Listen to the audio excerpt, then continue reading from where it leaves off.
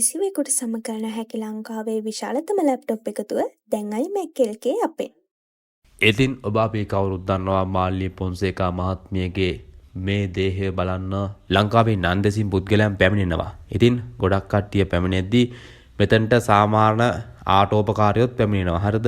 ඉතින් සමහර කට්ටිය මලගෙදර ආවයි කියලා Facebook දාලා නැම්මනම් ජනප්‍රිය වෙන්නත් පැමිණෙනවා. ඉතින් අපි දැක්ක වීඩියෝ එකක් උයන් හේවා මහත්මිය ලංකාවේ සමහර ඔය පොඩි චරිතවලට රඟපාලා මහ ලොකුට කෙනෙක් නෙමෙයි පොඩි චරිතවලට රඟපාපු සාමාන්‍ය නිලියක්.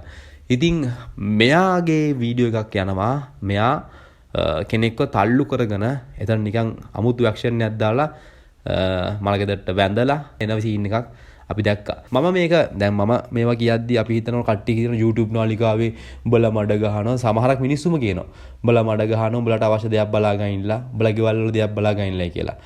මේවා තමයි මේවා අවධාරණයකන් තමයි මාධ්‍යවේදියෙක් විදිහට අපි ඉන්නේ. කෙලින් කතා කරන්න. මේ වීඩියෝ එක ඉස්සලම් බලන්න. මේ වීඩියෝ එක බලලා මම කියන්නේ බොරුවක් නම් මට බනින්න පුළුවන්. නැත්නම් ඔයාලගේ අදහස පහලින් දක්වන්න පුළුවන්.